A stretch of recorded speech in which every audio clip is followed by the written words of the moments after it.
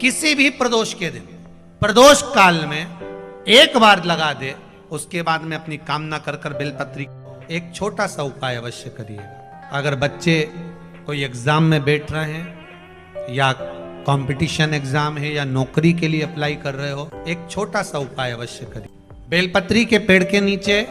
विराजमान होकर, बेलपत्री के पेड़ के नीचे जिसको नौकरी के लिए या एग्जाम में बैठ रहा है वो जल चढ़ाए, बेलपत्री के पेड़ के नीचे थोड़ा सा दूध चढ़ाए, फिर जल चढ़ाए और अपने राइट भाग में घी का दिया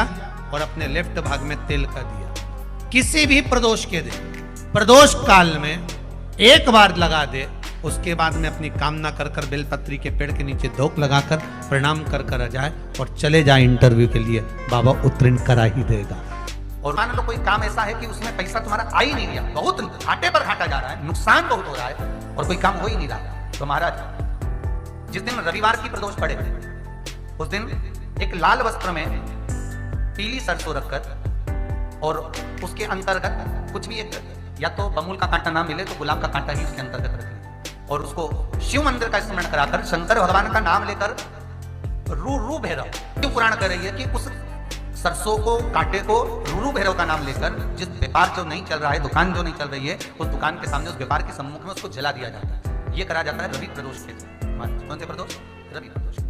जो सुख का भान कराता है, व्यापार की उन्नति के लिए, समृद्धि के लिए, लक्ष्मी के लिए इसका प्रयोग किया जाता है। तो यहाँ पर दारुक नाम का जो असुर है, दारुक नाम का जो राक्षस है, उसका एक ही कहना है कि मैं मरू, मना नहीं है ब्रह्मदेव को। नंदी का एक पांव जो ऊपर होता है, आप लोग दर्शन करे होंगे शंकर जी के मंदिर में नंदी के, तो नंदी का एक पांव उठा हुआ होता है, एक पांव नीचा किया होता है। हड्डी से जुड़ा हुआ रोग, नेत्रों से जुड़ा हुआ, मस्तिष्क से जुड़ा हुआ कोई रोग रहता है तो एक नीले कलर का फूल आता है हमारा, उस फूल में हल्दी डालकर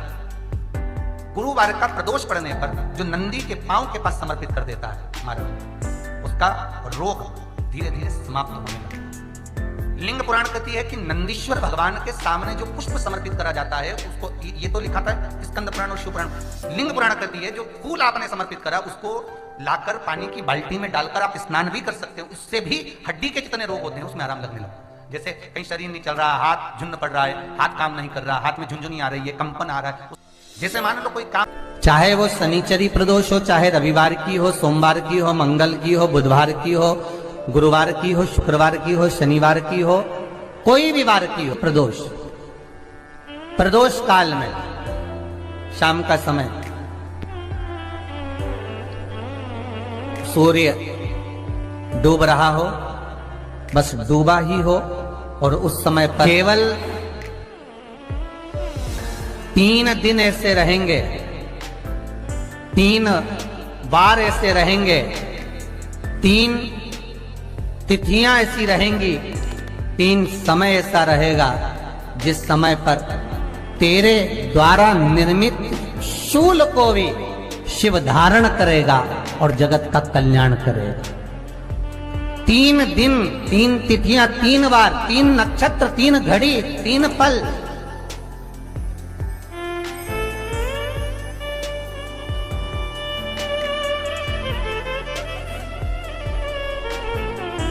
जिसमें बाबा शूल भी धारण करते हैं और शूल अकेले धारण नहीं करते महाराज, जो धतूरा होता है ना, दर्शन करें धतूरे के, कांटे कांटे सा होता है धतूरा, तो वो धतूरे के साथ में बाबा शूल धारण करते हैं, बेलपत्री के शूल को। ये बहुत बहुत आनंदमय कथा है महाराज जी, जिसके जीवन में हमेशा कांटे ही मिले हैं। बेटी बड़ी हुई तो घर में मायके में दुख देखा और मायके से गई ससुराल में तो ससुराल में दुख देखा, ससुराल में भी दुख देखने के बाद में भी पति को बहुत कुछ काम खुलवाया, बहुत धंधे खुलवाए, नौकरी लगवाई, पर वो पति बार बार छोड़ कर आ गया, बार बार तकलीफ भोग रहा है, बार बार कष्ट भोग रहा है। फिर थोड़े दिन काम करता है, थोड़े दिन छूट जाता है, फिर व्यापार में बढ़ता है, फिर छूट जाता है, फिर कोई दुकान खुलवाई, थोड़े दिन अच्छी चली, फिर वापस वहीं घर पर आकर बैठ गया, अर्थात उसके जीवन में वो शूलता चल रही है।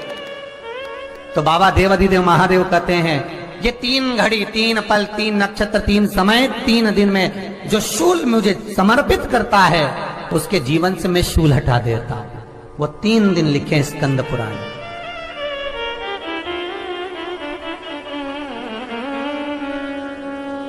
महाराज बैसाख महीने में जो प्रदोष आती है बैसाख के महीने में, बहुत ध्यान से सुनना भाई, जो अपनी जिंदगी से बहुत तंग आ गए हो, परेशान हो गए हो, कष्टमय जीवन जी रहे हो, बहुत दुखी हो गए हो, उनके लिए ये स्कंद पुराण का चरित्र फिर मिले ना मिले, आप प्रेम से सुन लो भाव से। पहला, चाहे वो शनिचरी प्रदोष हो, चाहे रविवार की हो, सोमवार की हो, मंगल की हो, बुधवार की हो, गुरुवार की हो, शुक्रवार की हो, शनिवार की हो, कोई भी वार की हो, प्रदोष काल में शाम का समय सूर्य डूब रहा हो, बस डूबा ही हो, और उस समय पर सूर्य के डूबन के तुरंत बाद बाबा को धतूरे के साथ में बेलपत्री ना चढ़ाते हुए बेलपत्री के वृक्ष के 7 कांटे बाबा के शिवलिंग पर समर्पित करे जाते हैं महाराज, अपनी जिंदगी में अड़चनों को हटाने के लिए। फिर आप जिस व्यापार में उतरे, जिस व्यवसाय में उतरे, जिस नौकरी में उतरे, आप दिल से करें, आपको तरक्की मिलेगी। आप हार नहीं सकते, नीचे नहीं आ सकते, उन्नति पर ही चढ़ेंगे। एक वैशाख मास की प्रदोष, दूसरा शिवरात्रि के दिन मध्याह्न का समय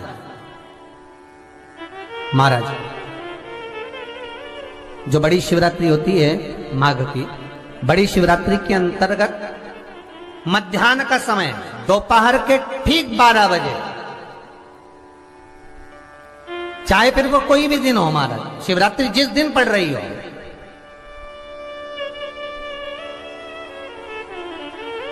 उस दिन भी धतूरे के साथ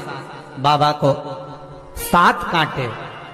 बेलपत्री के वृक्ष के समर्पित होते हैं महाराज। इसमें आप ये वाले जो कांटे हैं, जो शिवरात्रि के दोपहर 12 बजे वाले हैं, अगर कोई मदिरा पीने वाला हो, व्यसन में डूबने वाला हो, कोई जुआ खेलने वाला हो, कोई गलत वैश्यावृत्ति करने वाला, या अपने मार्ग से विचलित कोई व्यक्ति है, उसके लिए भी ये कांटे बहुत काम आते हैं महाराज।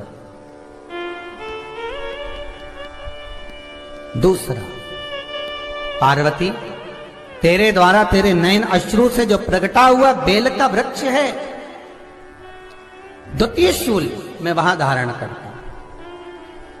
तृतीय शूल